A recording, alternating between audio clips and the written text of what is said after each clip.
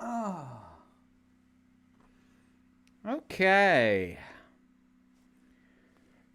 So hopefully up and running and people are seeing. We shall see.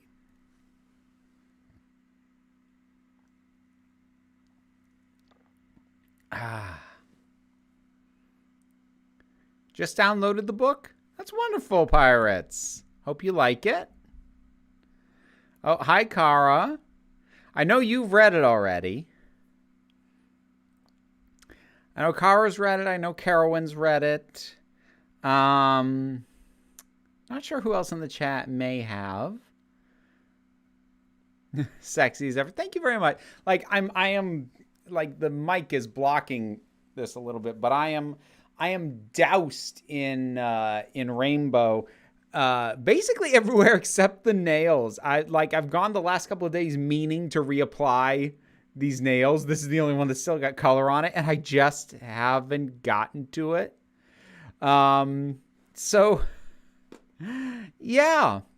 Happy Pride. Like, hold on, let me give you a better look at the, because I'm actually super proud of this eyeshadow. This was a gamble. This was a gamble, and it took a bit of work, but I'm quite happy with how that turned out. So give you a better look at that. But yes, happy Pride, and also the book launch. I swear I actually did not sync it up purposefully. I set the date just thinking like I'm pretty sure I'll have my crap sorted by then and it'll be ready. And then realizing later, oh right, that's the start of Pride. Oh well, happy birthday, Ms. Wicked Wolf. Happy 24th. Oh God, you're so young, you babies.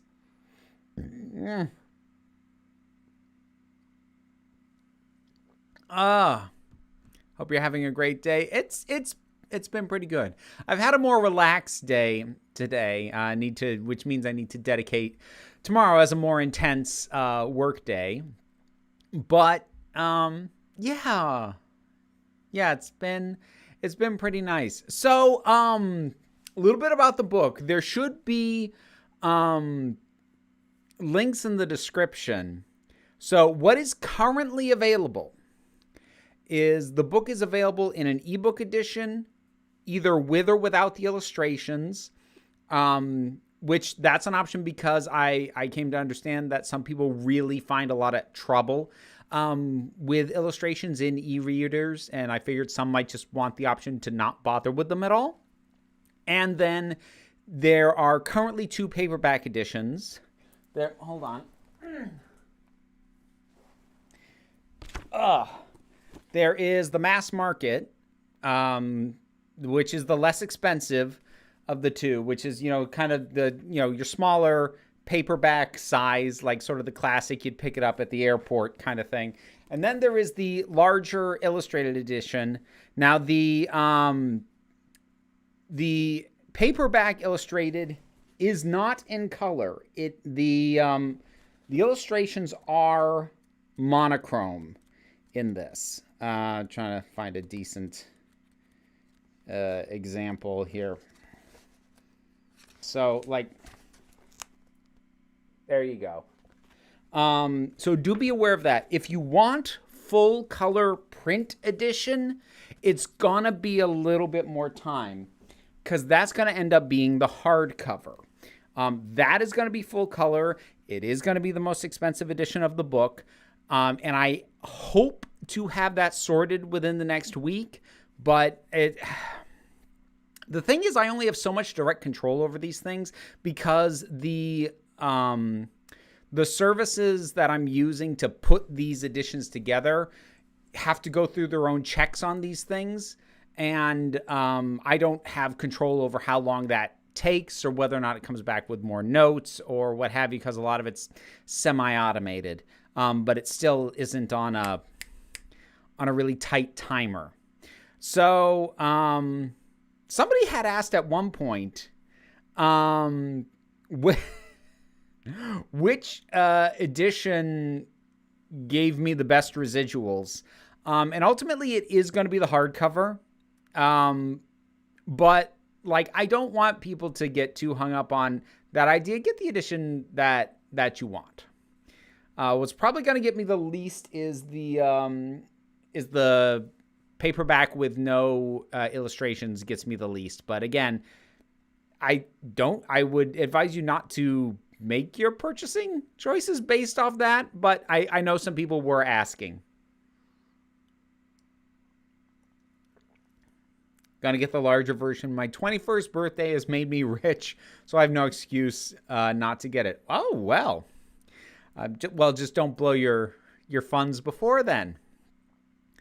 But it's, it's live, which is crazy. Actually, it's funny. Just to sort of illustrate the point again about how little direct control I have over these things, the 2 paperback editions available through Amazon actually went live yesterday. I didn't announce that because the ebook wasn't going to go live until today. So the reason that happened is when when everything was finalized and I'm like, yes, please publish on Amazon, it says it can take anywhere from 12 to 72 hours for it to go live. So I did it early in case it took on the longer end. It took on the shorter end, and so those were actually live a little sooner than they were supposed to be. Oh, and the other thing that I should mention is if you want to get the illustrated monochrome and support your local businesses, this is currently available through your local bookstore and or library. They can get a hold of this. But right now I don't have, I'm going to wait and see what sales numbers on the Amazon editions are like, but I don't currently have this available for the distribution to things like bookstores or libraries. The hardcover will be, though, once it's available. That will also be available through your local bookstores and libraries. Support your local businesses and public services. Any word on international copies? They should be available. It's hard for me to know because it's hard for me to check, but I have authorized Amazon and also Ingram to make them available internationally. Now, exactly how readily it's going to be available and how easily, I don't know. It should be.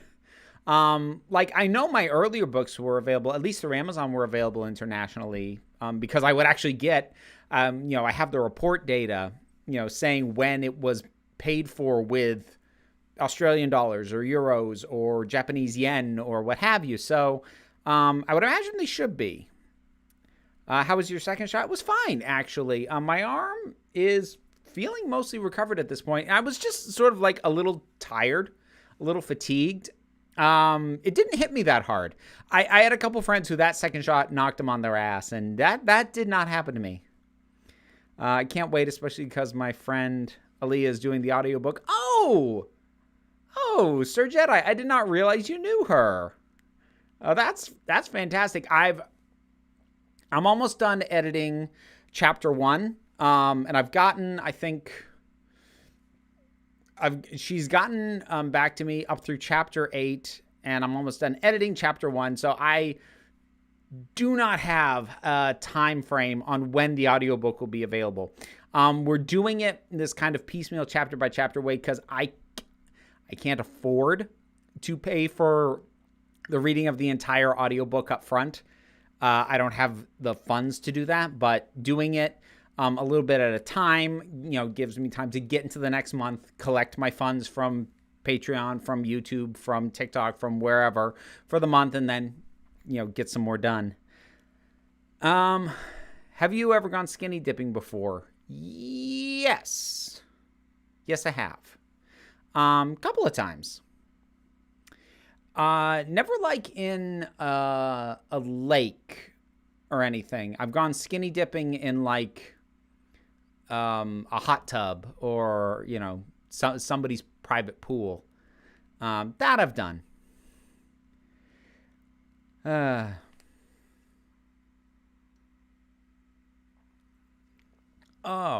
Ooh, Breathing Nerddom. Ooh, I love the name. You get a heart for the super chat. That's a reminder. People who donate through the super chat, they get hearts as a sign of my appreciation, and it also guarantees that I will see your comment. I try and keep up with the chat as best as I can otherwise, but this does guarantee that I will see and read your comment. Congratulations, Vera. No one has earned this more than you. You are so passionate and loving. Everyone appreciates you. I'm ordering the book tomorrow. Oh, thank you. Thank you very much, Breathing Nerddom. I really appreciate that. This has been a long time coming. When I think about how long I've been working on this, it's almost depressing. Have you seen the new Samsung Sam thing? It looks like Alita Battle Angel. I'm assuming that's like a commercial or some sort of promotional campaign. No, I haven't. How much for a jock nod? What is a jock nod? Like I know when Ben donates, like he gets a curt nod because a heart is too much of a show of affection for him. I'm not sure what a jock nod is. The jock nod the other way around? Is it that one? I don't know. It's a great achievement. Thank you. Like it's in some ways it's hard for me to like appreciate how much has gone into it because I couldn't get a publisher to take it and I had to self-publish, and I try and remind myself that does not diminish the work, but there's little voices in the back of your head. First off, happy Pride. Thank you very much. You beautiful being you. Second, have you seen, watched, etc. anything that is just fun like a B movie? Trying to remember the last thing, it's not a B movie, but the last thing I watched that I'm not even going to bother doing a review on it was I watched Remember the Titans, which I'd never seen before. And but Liz had, and she wanted me to watch it with her. And that was actually pretty good. I enjoyed that. I mean, like 2000s-ish, Denzel Washington giving very commanding instructions. I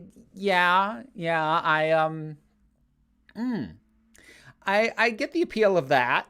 But that was pretty good. I enjoyed that. Jock nods are not recognized by British greeting protocol. Also, happy Pride Month. Thank you for the clarification on that, Ben. Thank you kindly. Ooh, okay. What I would qualify as B-movie entertainment that I've started taking it. So if you follow me on Twitter, you might have seen me tweet about this. So I have been trying for a month or more now to play The Last of Us, the original. It's very slow going, partly because I'm so out of practice with third-person games, especially ones where I have control of the camera. I get motion sick really easy. And like when I gamed more regularly, I had kind of built up a certain degree of tolerance to it. But at this point, I'm so out of practice controlling the camera that no matter what camera control system I come up with, it never feels natural, and at some point I'm gonna forget which way moving the stick moves the camera, and it's gonna move the opposite of the way I expect it to, and I'm gonna get nauseous. It's made it really hard to appreciate and get through. And so I took a break from that to to try out Metal Gear Rising: Revengeance, which is the stupidest goddamn thing I have ever seen or played, and I mean that as the highest possible compliment. It is bananas, this thing. It is absurd and so idiotic, and I am loving it so far. I'm only about an hour into it, but I am loving it. It's so dumb. It is so stupid. It's amazing. That's like, I have a hard time thinking of too many other things that have the guts to be this boldly stupid.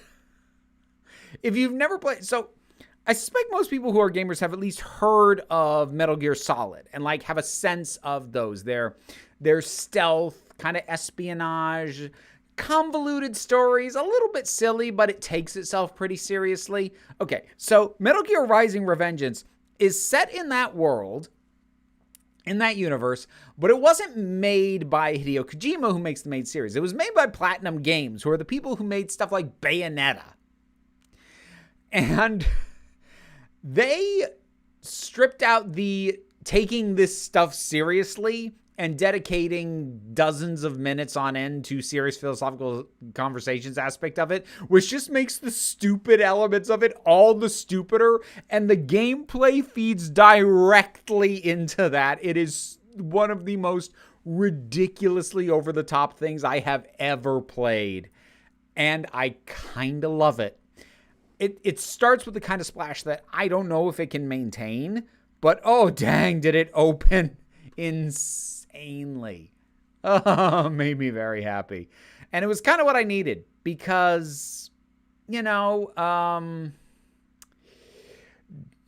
to quote Yahtzee Croshaw, cyborg ninja flip-outs beats dirty, depressing people getting their crap ruined.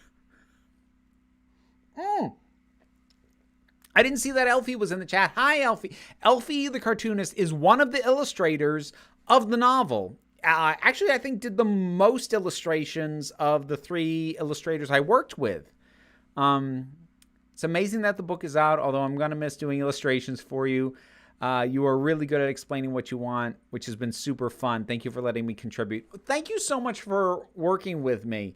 And, like, look, I have other future projects set in this world, and if the book does well enough, when I get to more, I will probably keep them still being illustrated. If, like, the illustrated editions sell the least, I might drop that as a conceit, but if I keep it, you will definitely be hearing from me. So don't you worry about that. When will you watch Return to Oz? When you pay me, Ms. Wicked Wolf. Pay me, and I will watch it.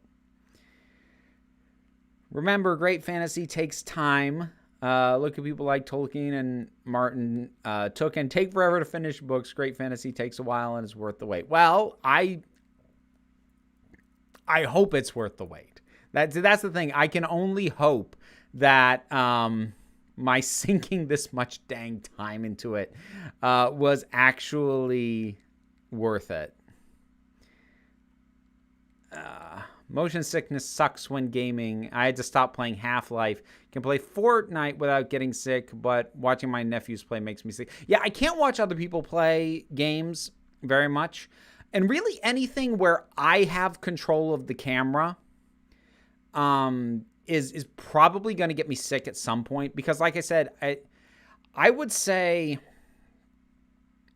I've been gaming so sporadically since roundabout 2008 or 9 that like I've just gotten out of the habit of like being good at working the camera.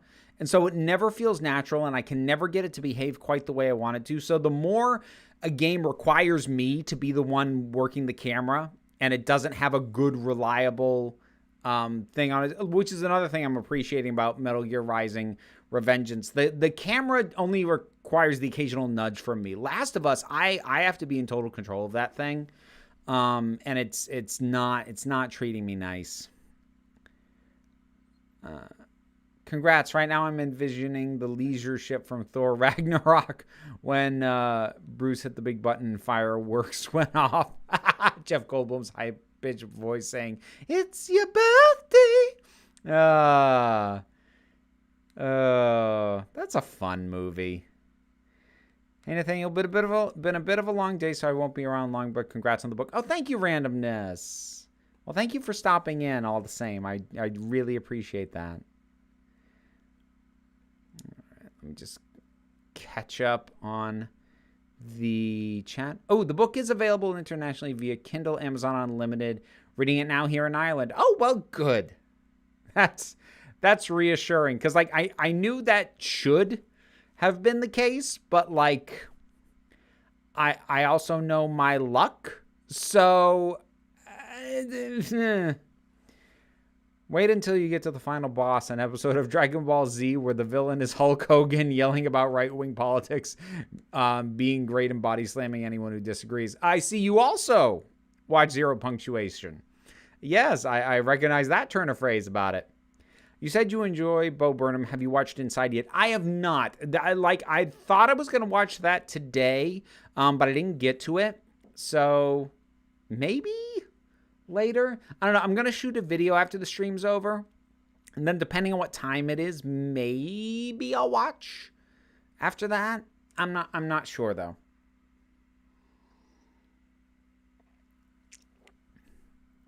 Random comic fact: Deadpool has a daughter named Eleanor who has a different version of his healing factor, where if she dies, her body reverts back to when her power first manifested. Huh. Odd. It's an interesting twist on it. Have you seen Cruella yet? No, because I refuse to pay $30 and I don't pirate. So until it becomes free to watch on Disney Plus, I won't be watching it. And by the time that happens, no one's going to care anymore. So yeah, I'm not in any rush. Do you know what's one thing I've noticed in the Oz sequels, like Return to, Legend of, and Journey Back to Oz? Dorothy's original friends are always sidelined for new ones. Well, that's true in the books too, I'm pretty sure. Like, I think some of them turn up again later, but as the series went on, it becomes about completely new characters as it goes on. As a snarky British man, of course, I watch Yahtzee. Also, he's gaming Stu Bagful. Yeah, not actually. That's a fair comparison. Yeah, that works. Let's see. Realize that I missed both specials, so once this is over, I'm watching that. Wow, hope you enjoy it. Hope I enjoy it. Like, that's a new enough thing that when I watch it, I'll probably do a review on the break room.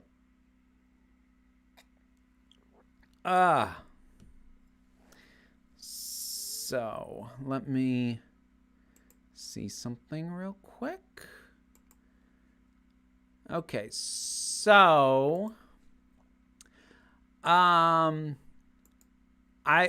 debated whether to do this or not, but if people are up for it, I am willing, in the spirit of this being a book launch live stream, to read the first chapter of the book live on the stream, if people want that.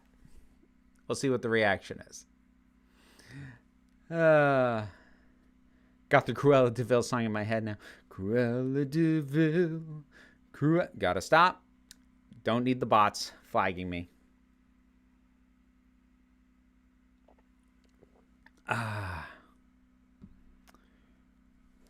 Oh, okay. Oh, Okay. All right. People seem to be up for that. So, now, first thing to keep in mind is that there will be an audiobook. It is not going to be read by me, so don't expect this to necessarily be a preview of that. But it'll give you a taste of what the book is if you were maybe not sure if it was something for you. Here we go. Dreams of Fire, Chapter 1. Ferris hugged his midsection and waited for the line to advance. The setting sun cast its pink hue across his fellow travelers' faces as it descended behind the mountains. The other travelers ranged from weather-beaten to well-kept, with the latter doing their best not to rub elbows with the former. Ferris was worse for wear. His clothes, dirt-encrusted and grass-stained from nearly a week of on-foot travel, lost the Dagrin River. If he'd stuck to the main road, he'd have gotten to this point days ago, but the fear of pursuit had kept him on the more roundabout route. That vehicle over there is worth more than your annual wage, and I'm telling you it would be safer outside the gate, within sight of the watchtower, than in that stable where any rabble can pry parts off it, snapped a tall, dark-skinned man in a long, bright green coat. He stood with his arms crossed, trying to intimidate the visibly unimpressed head of the watch, who was tapping their foot while waiting for him to finish his rant. Sir, they said, straightening their brown leather coat for emphasis. Perhaps you've not bunked down for the night in an outpost like this before. Look around. They paused and waited for the man to actually look around, which took a few moments before he begrudgingly did so. See all these walls? These little buildings in here? They asked evenly. Notice anything? Listening in, Ferris couldn't help but look around. They had built the outpost for space efficiency, with a series of crate-like buildings within its 20-foot-high walls. Watchtowers were spaced evenly along the walls, and one of the members of the watch was lighting torches and lamps. It needs a coat of paint and proper lights, smuggled the man. It's wood, said the head of the watch sharply. No metal, nothing running on lightning cages, no combustion motors. We're in the middle of the wild world, and your motor carriage out in the open all night will attract the Fae. The man's shoulders slumped. He raised a hand and opened his mouth, but the head of the watch steamrolled him before he could get a word in. Moving along the road is one thing. They'd ignore that. And if the only danger were that they'd break it down and bury the pieces, I'd frankly let it happen. They continued, seemingly becoming a little taller with each word. Or perhaps the man in the green coat was shrinking. But Faye taking an interest in something right at our door is a danger to every man, woman, gray, and child in this outpost. So either drive it to the stables for the night where it's out of sight, or I'll have the watch turn it on its side and drag it there. Ferris smiled as the man in the green coat huffed impotently before storming off out of the gate to retrieve the vehicle. The line began moving forward as the night's boarders were handed bedrolls and directed to the largest building to find a spot to sleep. Ferris tensed as he inched closer and closer to the front of the line. There was no reason for the watchman to question his presence or appearance. It hadn't happened to anyone else so far. But at the back of his mind, Ferris heard a hissing insistence that he was about to be pulled aside. A bead of sweat dripped down his forehead, which he swiped at hastily. He reached the front, and the watchman didn't even look up from his board. Number in your party? 1. A bedroll was shoved against his chest, and it took a second for Ferris to think to take hold of it properly and follow the others to the rest house. Inside, it was practically empty, aside from the people settling down in groups with their bedrolls.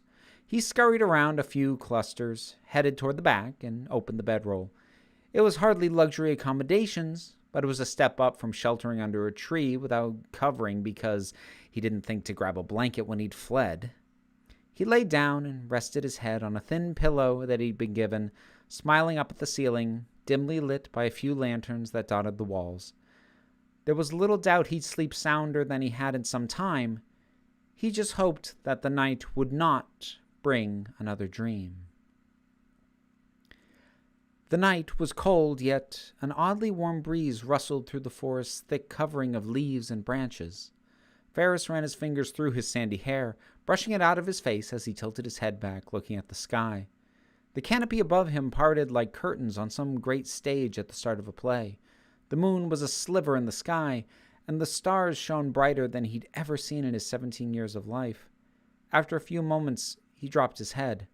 Above him came the creaking sound of the parted trees closing back into their impenetrable canopy. Faced once more with the darkness of the forest, Ferris gripped the mane of his mount, a large and powerful mare. The stars that had lit up the sky did little to penetrate the leaves now closed in above him. His straining eyes could only see vaguely defined, constantly shifting shadows, yet the mare moved forward at a steady and unbroken pace, somehow confident in her chosen path. Ferris's legs wrapped around her bare middle, and he dreaded the thought of falling off. He squinted in the darkness, trying to force the shadows around him to form more defined shapes. This only made the shadows appear more fluid than before. He swallowed hard as he felt anxiety rising in his chest. He slowly turned his head from one side to the other, hoping to find some source of light that might reassure him that he wasn't completely lost and alone. A glimmer of a campfire, the first hint of morning, anything that might penetrate the darkness even for a second. Unable to bring the murky surroundings into focus, his eyes drifted downward, and he couldn't help but notice a strange quality of the mare that had eluded him up to now. As complete as the darkness around him seemed, she seemed somehow even darker and blacker. Overhead, the branches shifted again with a slow groaning creak, sounding like massive doors with hinges that had never been oiled. Amidst this low groan was the faint fluttering of wings. When the canopy above him cracked open again, the pinpricks of starlight caused the damp trunks of the trees to glimmer in a way that should have been comforting. Indeed, he would have expected to be somehow reassuring, but it wasn't, not even a little bit. It was mocking him. It took a little while before he noticed that the mare had quickened her pace, having been too busy focusing on the solidifying scene around him and trying to anticipate what might happen next without panicking at the possibilities. As the sensation of the mare's steady trot sank in, he looked down at her once more. Her coat was impenetrable to the eye. Even in the soft glow created by the thin beams of light glinting, dancing on the lingering raindrops clinging to the tree trunks, and she was just as ill-defined now as she had been in the near total darkness. The mare's coat had no shine, no clear point where she ended and the night began. The light seemed to simply collapse into her.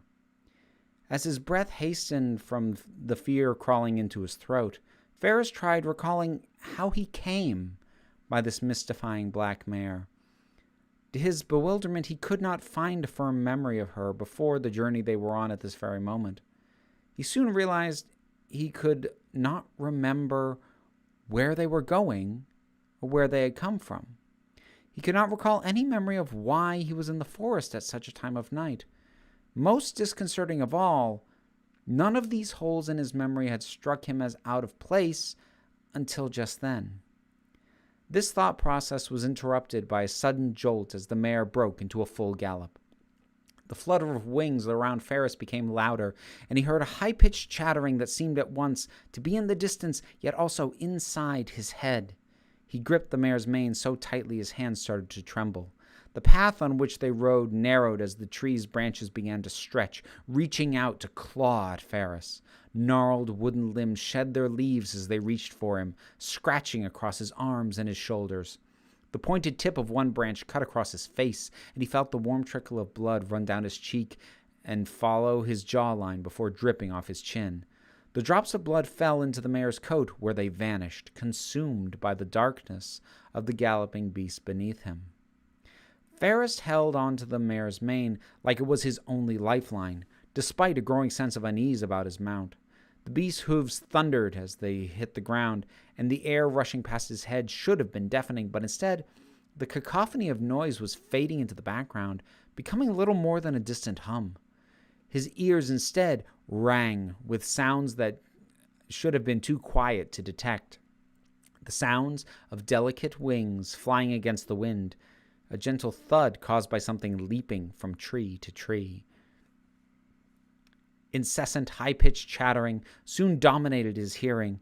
As the noise gathered strength, it took on the qualities of a laugh, but not a laugh like anything he had heard before, rather some strange mockery of laughter. It sounded like an imitation performed by something that had never laughed before. Ferris tucked in close to his mount, pressing his body down tightly against the back and neck of the mare. The beast felt cold as he brought him more of his body closer. It was not a sense of cold that would have come from the running animal itself being freezing. Instead, it was as though his own body's heat was being drained from him by the black void of a horse on which he rode. His energy and strength were beginning to slip away when a howling cackle cut through the air behind him. Something landed on his back, roughly, nearly knocking him off the mare. Diminutive hands gripped at Ferris's shoulders, while a pair of small feet pressed against the small of his back. Sharp, thorny toes dug in and held firm, while spiked fingers raked slowly down either side of his spine, tearing away the skin and replacing it with searing pain.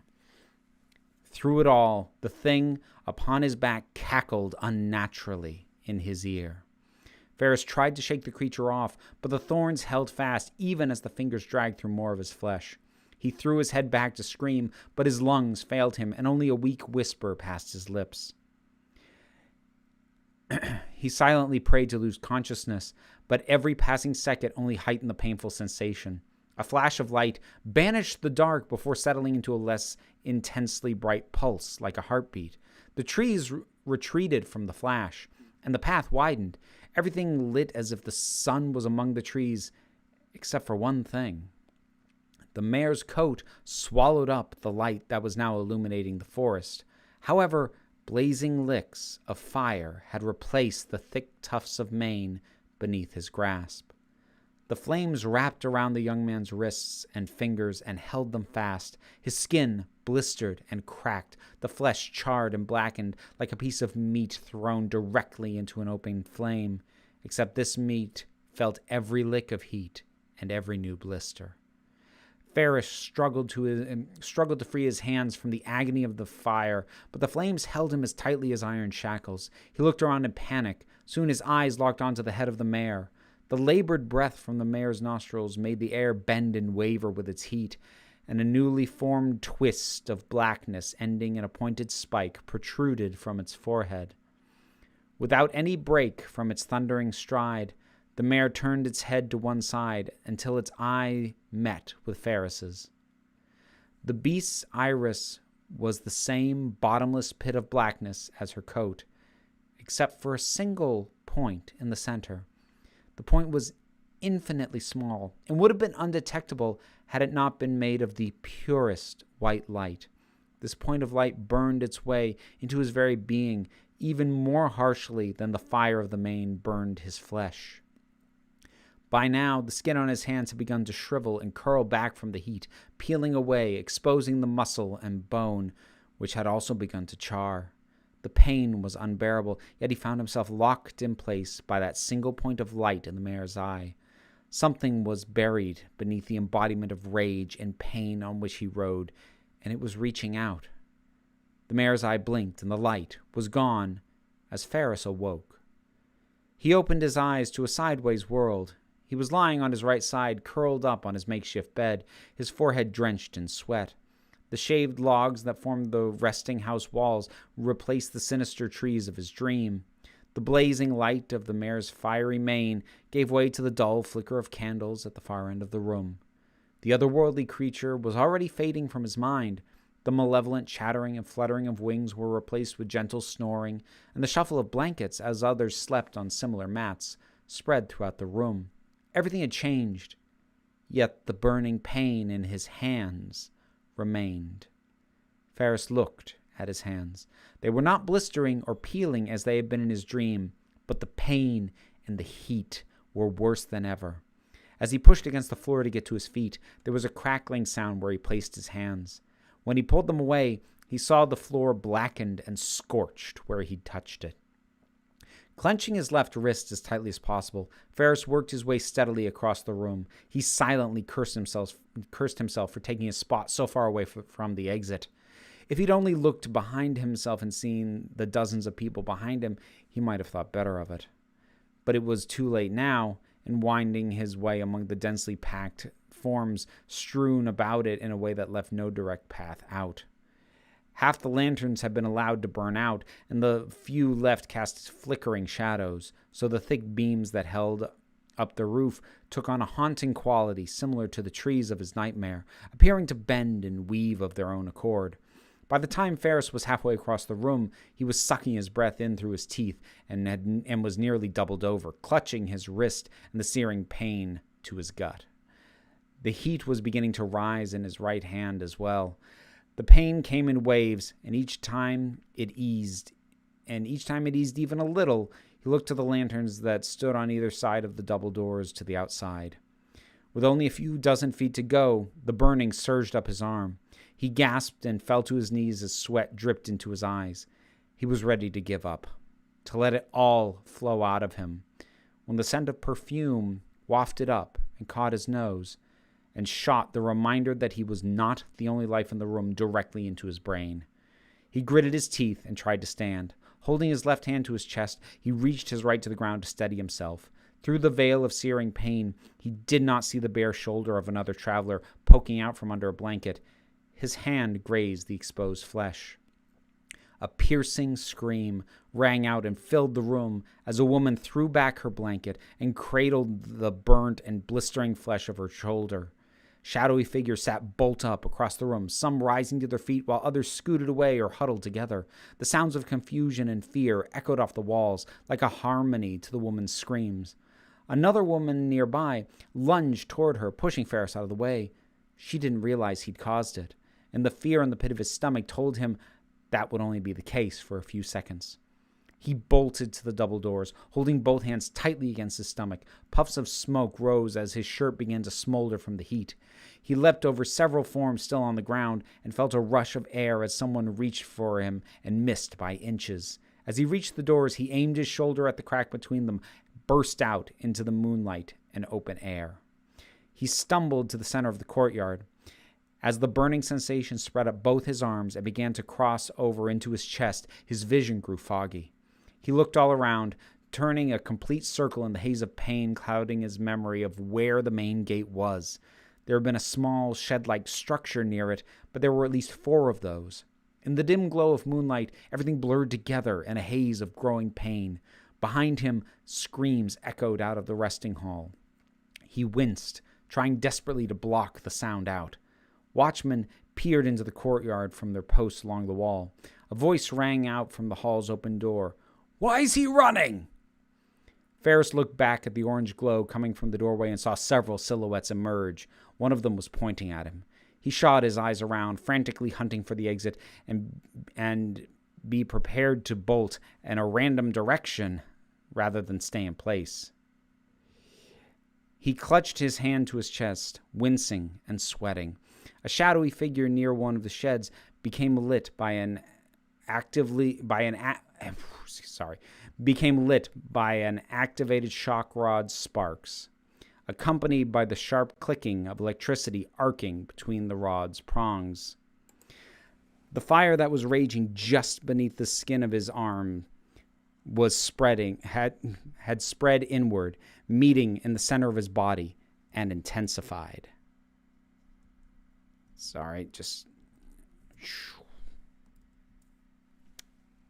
Just trying to fix something here. There we go. Stupid thing. Completely lost the flow now. He knew from experience that he wasn't far away from collapsing. He whipped his head around and his eyes finally focused on the twin lamps marking the gate. As figures closed in on him from behind, he gathered every ounce of energy he had left and propelled himself to his escape. He heard shouts from behind him and he did not dare look back. "Stop that boy!" Shock rods flickered to life from all sides and closed in as Ferris forced himself to move forward with everything he had. If he could get outside, he would not be followed. Not at night. Not if he made for the tree line. The heavy double doors reached up the wall's full height, barred with a thick block of wood across them. But next to it was a smaller door, the size of a normal house front entrance, meant for single travelers and closed with a simple wooden bolt. Ferris couldn't slow down enough to keep from slamming his shoulder against the sturdy door. The door didn't budge from the impact, and the clicking of the shock rods was closing in all around. Ferris leaned a hand on the door for support while he pulled back the locking bolt. The wood smoked and crackled under his touch. Once the bolt was free, Ferris pulled the door open and flung himself out into the open air. A jolt of searing heat surged in his chest, and he fell to his knees in the dirt. "Stop! Don't go out there!" "Leave me alone!" Ferris shouted, pushing himself off the bare ground. At first, he stuck to the road to put as much distance between himself and the outpost as he could before veering into the long grass that would slow him down. The moon bathed the road, but it all blurred together as he fought to hold back the heat radiating from his hands. It was like trying to hold back a thin door against an incoming tide. His stride slowed as another wave of heat shot up his arms to his chest and began to creep into his throat. There was a loud crack from behind him, and a white electric bolt soared over his shoulder and singed the ground on the uneven road ahead of him. Now, clearly unsafe on the open road, Ferris veered off and made for the miles of thick woods that separated the road from the mountains. Dashing through the tall grass that buffeted the road, he could make out the thick trunks and high branches of the everwood. There was another crack of noise from behind. Oh, stupid thing. Sorry. There was another crack of noise from behind him, but this time the bolt only flew into the night sky. Glancing back at the outpost one last time, Ferris could make out several figures wresting a bolt rifle from the hands of whoever had been firing the shots. None of them made any moves to follow him. He tumbled over the waist-high stone wall that bordered the tree line and floundered into the darkness of the forest. It seemed to him he only made it a few steps into the woods before collapsing to his knees in among a cluster of ferns. However, one panicked glance back revealed he'd gone deep enough into the forest the light from the outpost beacon torches could not be seen. He tried to get his feet under him, but promptly fell to his knees once more.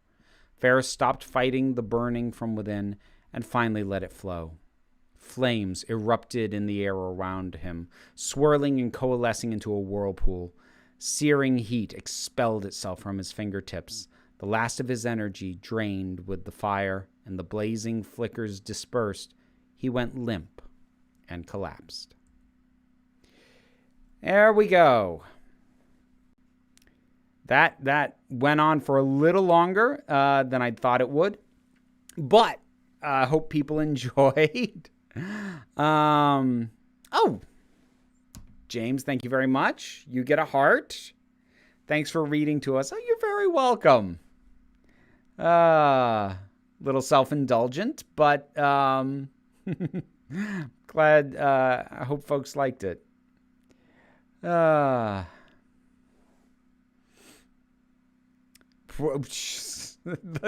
chat is now flying past me.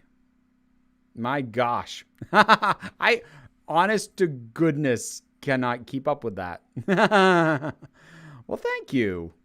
I'm going to take this as positive feedback.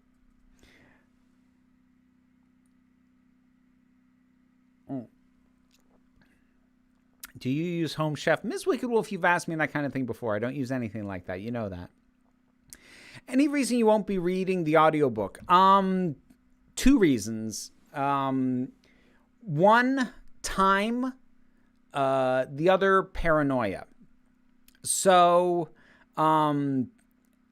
like having the time to keep up my regular video schedule of shooting and editing and the podcasting and everything else, and trying to get the audiobook done in a reasonable amount of time, I'm not sure that's in the cards for me being able to to handle that.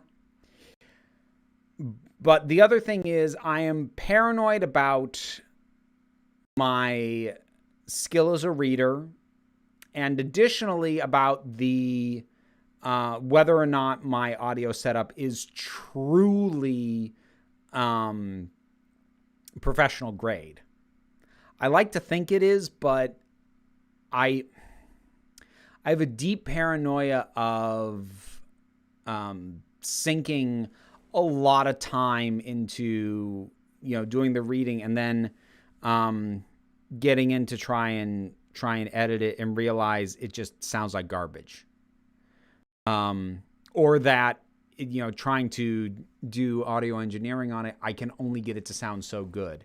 And for this, like, here's the thing. My next major project is doing an audiobook version of my first book, which was Skirting Gender. That one I am going to read myself because that's my own story. Like, I would feel really weird hearing anybody else read that. So I'm going to have to suck it up and figure it out for that. But part of the other thing is that the audiobook was funded by the Kickstarter, which to me puts a lot more pressure on getting it done timely and at the highest professional grade.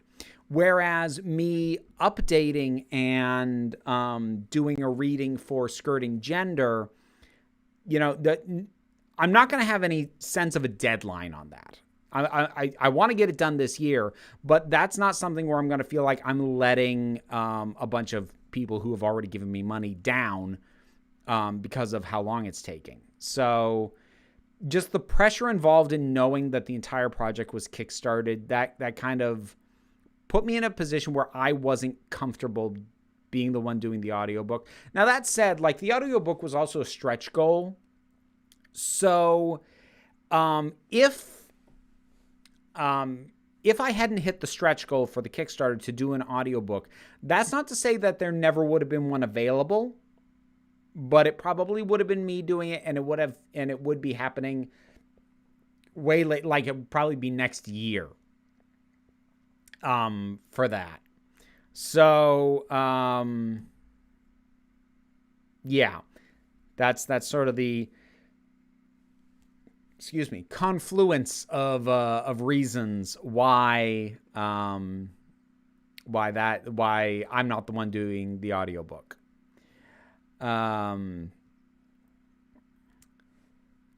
It's not easy reading one's own work. Well done. Thank you. And like, even as I'm reading, I'm like, oh God, some of these sentences still don't scan. So it's I am always going to find something that I'm like, freaking hell about this book. Like, I know that. Skirting Gender is a beautiful pun, by the way. I wish I could take full credit for that. So I stole that title from a podcasting friend of mine, Professor Alan Middleton, who podcasts in a couple of places on the Relatively Geeky Network, which is him and his offspring, M, who is lovely also. And also they both do Dorkness to Light, which is a very occasional podcast that I love. But he was the one who, like, I think in replying to a piece of feedback I'd written on to one of their episodes, used the term skirting gender, and I stole it.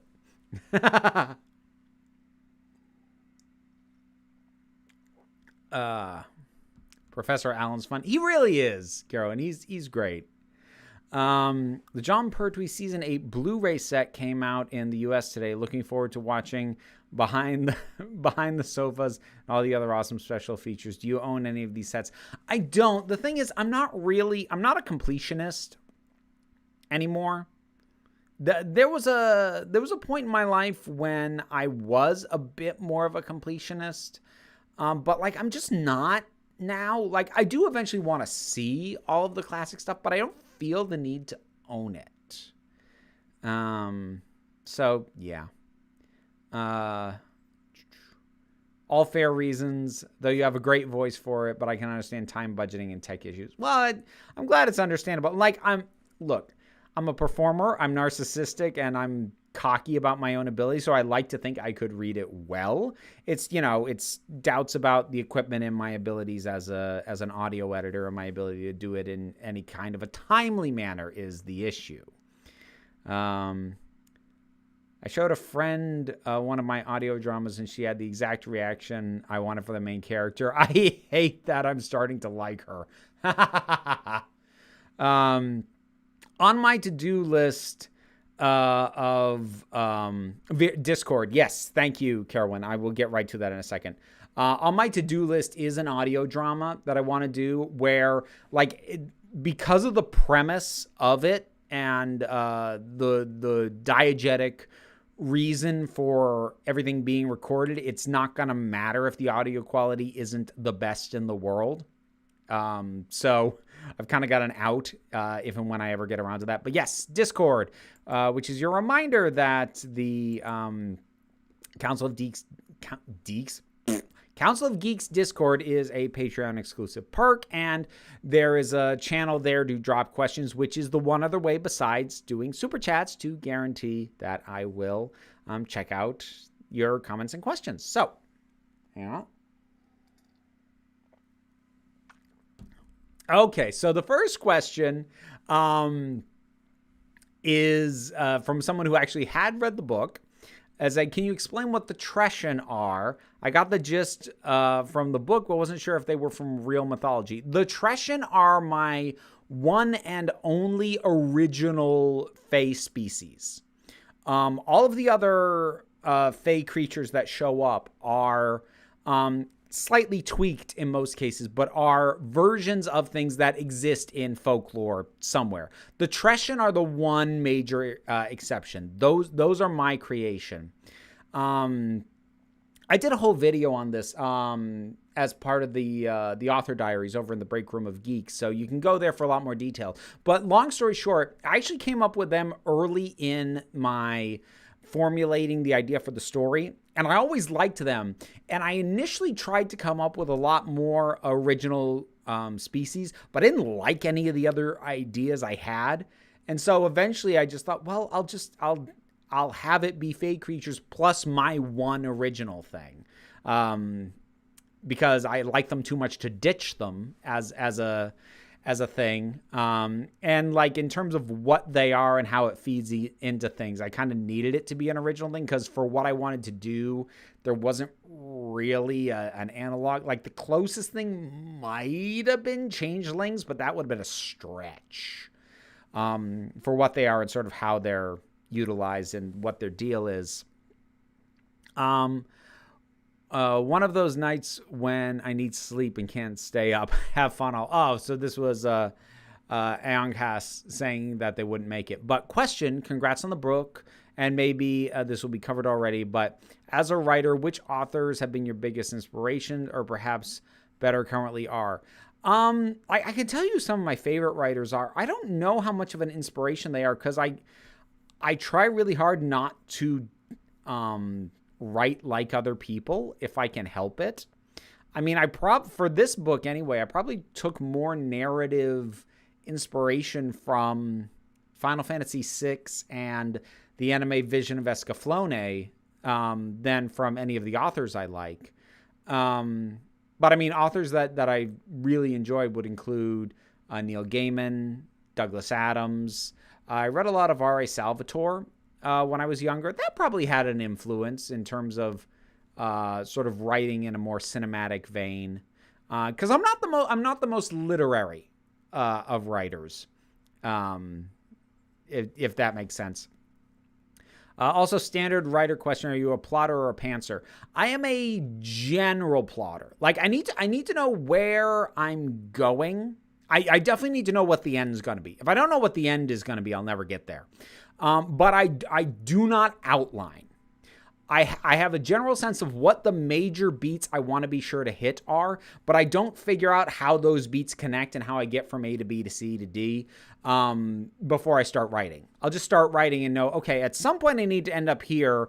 Let's try and nudge the story and the characters so we get there, and then we'll work on getting to the next point. But I don't do detailed outlines. It's bullet points at most. Let's see.